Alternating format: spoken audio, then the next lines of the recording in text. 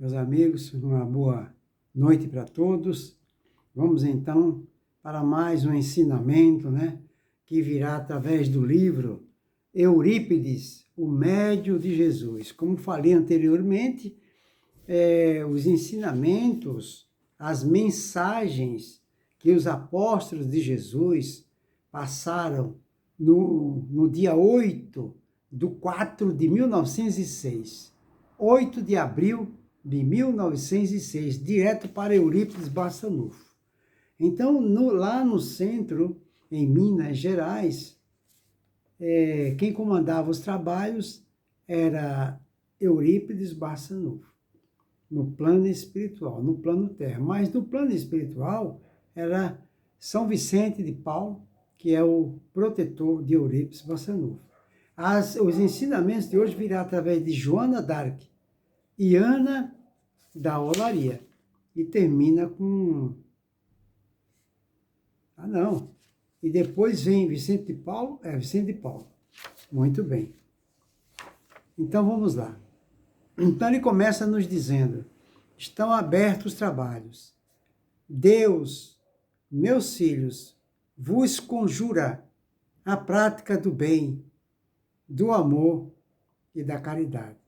Então veja quais são as palavras, os ensinamentos que Vicente de Paulo está nos passando. Não, eu me equivoquei. Quem está nos falando é nada mais, nada menos que Joana d'Arc. Joana d'Arc. Então ela começa nos dizendo: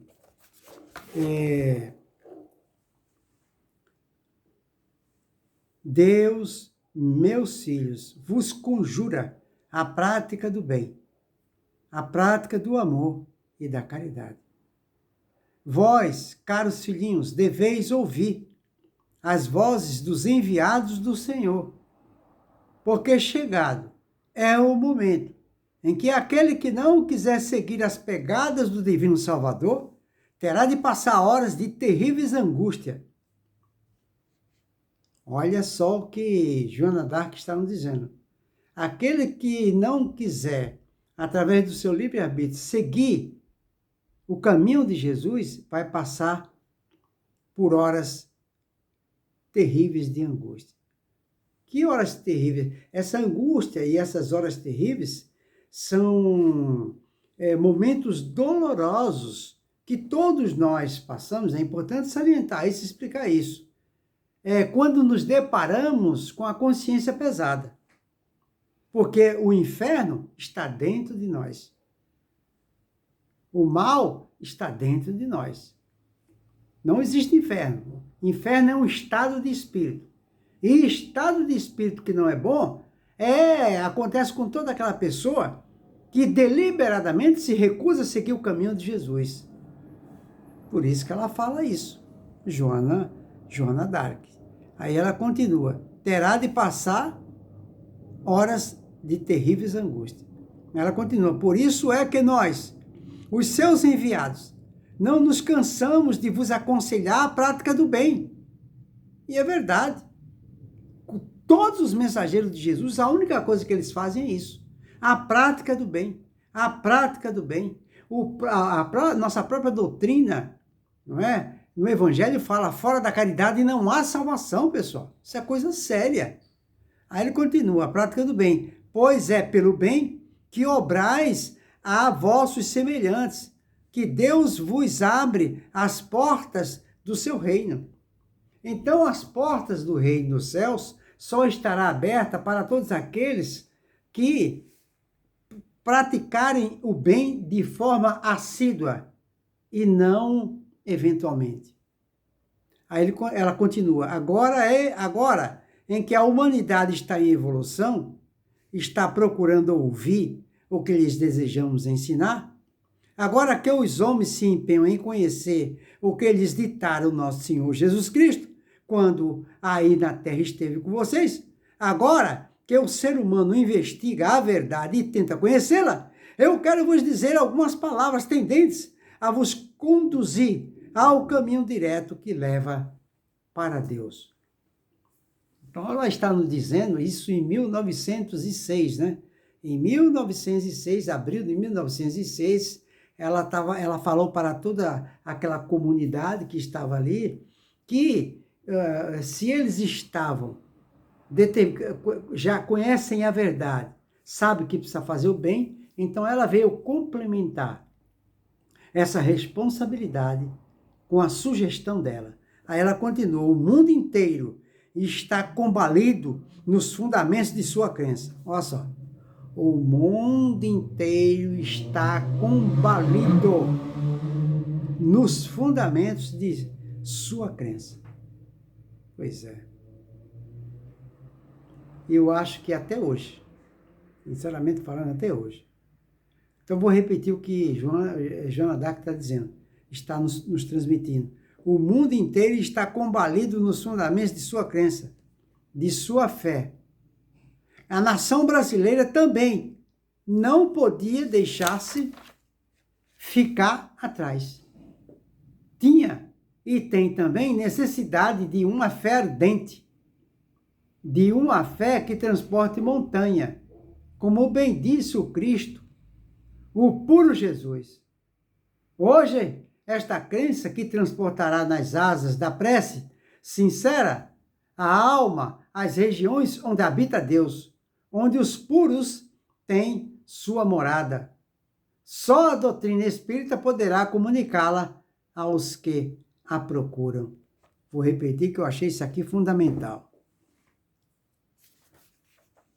O mundo inteiro está combalido nos fundamentos de sua crença, de sua fé. A nação brasileira também não podia deixar-se ficar atrás. Tinha também necessidade de uma fé ardente, de uma fé que transporte montanhas, como bem disse o Cristo, o puro Jesus.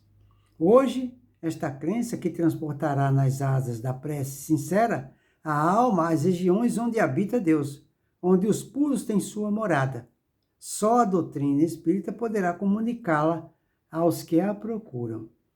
Então, só a doutrina espírita é que vai nos transmitir tudo o que ocorre no plano espiritual, através do intercâmbio da mediunidade.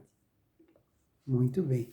Aí ela continua: meus caríssimos filhinhos, quereis ter um dia a bem-aventurança, a felicidade eterna, o reino de Deus? Olha só o que ela está falando. Meus caríssimos filhinhos, quereis ter um dia a bem-aventurança, a felicidade eterna, o reino de Deus? Ela está fazendo uma indagação, né? Nós queremos?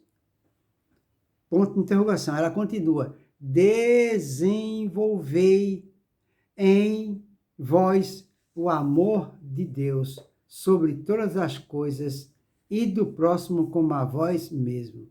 Então, todo aquele que quiser usufruir da felicidade eterna, residir no reino dos céus, só tem que fazer isso. Amar a todas as coisas, ao próximo como a si mesmo. Está vendo? Ela continua: estes são os maiores mandamentos que resumem todos os da lei de Deus, dadas a Moisés no Monte Sinai e exemplificados tão sublimamente pelo nosso divino Mestre Jesus. Trilhai, filhinhos, a senda em que aí caminhou o meigo Nazareno, e vós vireis encontrá-lo aqui, pronto a vos conduzir à mansão bendita do seu onipotente Pai. E ela continua nos transmitindo, não é, suas sugestões a caminho de nossa felicidade. Ela fala: hoje os homens comemoram a entrada do Cristo em Jerusalém. Também ela fala isso por quê? Porque no dia que ela estava passando essa mensagem, foi dia 8/4/1906. Então, abril da época que Jesus estava aqui, o povo de Jerusalém estava comemorando a entrada de Jesus em Jerusalém, né? Por isso que ela fala, hoje os homens comemoram a entrada do Cristo em Jerusalém. Também nós, cá, das alturas em que nos achamos, rendemos um preito a Jesus. Cantamos rosanas, entoamos um hino de alegria, por ver que quereis na atualidade abrir vossos ouvidos às suas santificantes e preciosíssimas palavras. Procurai, filhos meus, estar sempre com Jesus, pois ele é o guia, a luz que esclarece a todos os caminhantes na jornada para a casa do Divino Pai. E ela continua, Deus, meus filhos, na sua infinita misericórdia, proverá tudo.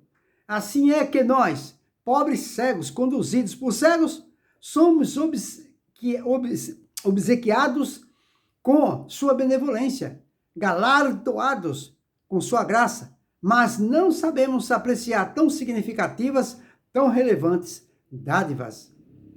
Quisera ensinarmos alguma coisa a mais, porém, outras inteligências encarregar-se-ão de o fazer em meu lugar. Vou, pois, abandonar o médio a elas, mas antes de assim proceder, desejo dar-vos meus cumprimentos.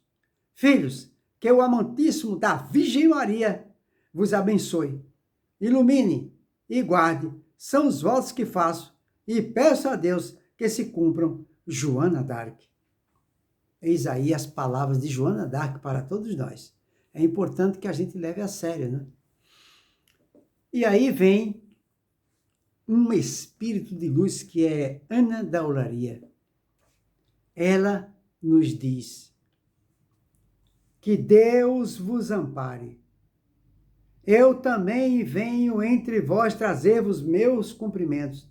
Não vos admireis de não os ter há mais tempo, vindo trazer-vos. Conheceis-me, por sem dúvida, eu sou aquela que, na vossa terra, passara momentos de acerbas dores. Eu sou aquela a quem vós, por mais de uma vez, vistes trajando os andrajos da pobreza aí na terra. Conheceram-me pelo nome de Ana da Olaria. Quereis saber o que é feito da pobre mortífera? Vocês vão saber já. Aí ela fala, ao abandonar o meu invólucro carnal, ou seja, ao abandonar o corpo físico, minha alma perturbada ainda não conheceu logo o seu estado de inteira liberdade. Porém, os anjos do Senhor encarregaram-se de vir esclarecê-la. Meu espírito, rodeado da corte celeste, voou a regiões soberbas a encontrar o Divino Mestre, a beijar as plantas dos seus imaculados pés. As levitantes mensageiras de Deus conduziram-me a afluir a inefável presença de Maria. Como narrar-vos estes doces instantes? Como descrever-vos as benditas alegrias que iam na minha alma? Ela vivia como mendiga aqui na terra, muito provavelmente em Minas Gerais. Ela desencarnou e quando ela adquiriu uma certa consciência, lucidez, aí levaram ela até a presença de Jesus e depois de Maria. E ela está explicando aqui a emoção que ela sentiu. Aí ela continua, não posso, pois, que vós não compreenderíeis. Então, ela não pode explicar o que aconteceu com ela, porque nós não compreenderíamos. E é verdade, pessoal, porque o nosso dicionário ele é muito pobre, excessivamente pobre. Não consta nenhuma palavra lá que possa definir nenhuma melodia que existe no plano espiritual. Não dá. Às vezes a pessoa fora do corpo físico, ela é transportada até esses planos celestes e lá ela, ao ouvir o canto de um pássaro que tem lá, a beleza de um pássaro, no nosso dicionário não tem como, não existe uma palavra que possa definir assim, olha, o pássaro, o canto dele é assim. A melodia musical é assim. Não dá. Nosso dicionário é por isso, é o que ela está falando aqui, é a pura verdade. Por isso que ela fala, não posso, pois, que vós não compreenderíeis. Não dá para compreender, pessoal. Não dá para compreender. Quem compreende são aqueles médios, os raríssimos médios, que têm o dom de se locomover a essas paragens, ou durante a vigília, ou durante o sono. Não é? A hora que está dormindo, o espírito sai do corpo e ele vai a esses locais. Quando a pessoa acorda, tem uns que ainda se recorda das melodias, do ambiente, da natureza, das aves que existem lá. É tudo diferente, né? Ou seja, a pureza é diferente. Aí ela continua, são momentos que o nosso espírito não pode descrever, nem historiar, porque nós mesmos dificilmente sabemos interpretá-la. Olha a coisa maravilhosa que é o plano espiritual. Nem ela, que é um espírito já evoluído, nem ela tem condição de lá mesmo, estando usufruindo desses locais, ela não tem condição de definir o que está acontecendo, sabe? De tanto que é a beleza. Olha que coisa maravilhosa. Aí ela continua. Posso dizer-vos que hoje a mísera mortífera goza felicidade que jamais esperou fruir. Porque me posso assim expressar. Ou seja, por que eu posso me expressar assim? Porque Deus achou em mim graça. Soube com minha paciência sofrer. Soube com muita paciência sofrer as dores do meu horrendo mal e soube com humildade curtir as provas da minha dura vida que eu passei aí na terra. Então, com certeza, ela passou momentos dolorosíssimos aqui na terra, sabendo sofrer. Esse é um mérito que todos nós conseguimos ao chegarmos no plano espiritual, por ter sabido sofrer aqui na terra, sem blasfemar. Não é? Aí ela continua, sofrei, meus irmãos, sofrei sacramentos, mas com muito amor. As provações que Deus se dignou dar-vos, pois é pelo sofrimento que haveis de purificar vossas almas, é pela dor suportada com a máxima paciência que vós podeis um dia livrar-vos das manchas que maculam vossos espíritos, pelo padecimento que lograreis alcançar as felicidades reservadas aos puros. Deus vos guarde sempre, Ana da Olaria. Então ela está passando, nos apresentando a estrada e o caminho que nos leva e conduz ao nosso Senhor Jesus, quando nos sugere que nós saibamos sofrer. Porque se nós estamos sofrendo aqui na Terra, é porque são consequências dos atos, das atitudes que nós cometemos ou nessa existência ou em outra. Ninguém sofre nessa terra por um acaso, é preciso saber sofrer. Porque um milésimo de segundo que a gente sofre aqui, porque o número de anos que a gente passa aqui representa um milésimo de segundo em relação à eternidade. Por isso que é importante saber sofrer. Porque a pessoa que passa por vicissitudes aqui é resgate, ela está saldando dívidas. Por isso que é importante saldar dívidas para poder, ao retornar para o seu verdadeiro local de origem, usufruir, não é, de méritos alcançados, através da renúncia, da resignação, sofrer calado. Quando ela terminou de nos passar essa mensagem, aí Vicente de Paulo, que é o que preside os trabalhos nesse centro lá da outra dimensão, ele nos diz, filhinhos, também eu quisera falar-vos, dizer-vos adeus, mas o tempo se faz curto e não poderei alongar-me em minha saudação. Contudo, vos direi algumas palavras. Vós, filhinhos, sabeis que hoje se rememora a entrada do Cordeiro de Deus em Jerusalém, que hoje aqueles que se dizem cristãos vão aos templos balbuciar suas orações e pedir aos sacerdotes as palhas que hão de queimar em ocasião de tempestades? Eu vos pergunto, filhinhos, que mérito há em se ir a igrejas fazer as preces, as carreiras, orações a Deus, sem muitas vezes compreender tais orações? Nenhuma, não é? Olha o que São Vicente de Paulo está falando. O que adianta rituais? O que adianta rezar o texto centenas de vezes? Se a pessoa não faz a principal oração, qual é a principal oração que todos nós temos que fazer? A do nosso esforço em enfrentarmos a nós mesmos, a nossa educação, nossa civilização, nossa evangelização, nossa cristianização. Não é a pessoa ficar ajoelhado no chão das igrejas ou dentro de casa diante de um altar, pedindo e rogando a Deus, fazendo promessa, que as portas do céu estarão abertas para ela. Não. As portas do céu só estarão abertas para todos aqueles que sabem sofrer, que têm resignação, que é indulgente para com o seu próximo, que não tem preconceito, que tem paciência com o seu parente difícil, aquele parente que está na cama, que tem que tirar da cama, que tem que levar para o banheiro, que tem que dar banho, sem reclamar. Aí sim, as portas do céu estão abertas para esse, que é o cumpridor dos seus deveres e obrigações, aquele que sabe perdoar, que não tem preconceito, que é resignado, que sabe renunciar.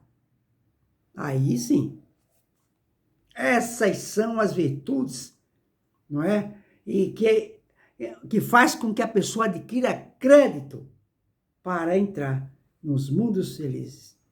É isso que Vicente de Paulo está nos falando. Ele continua. Pois aquele que ora deve saber o que pede a Deus. Mas assim não se dá. Muitas vezes tais rogativas são feitas para satisfazer ordens impostas pelos superiores hierárquicos.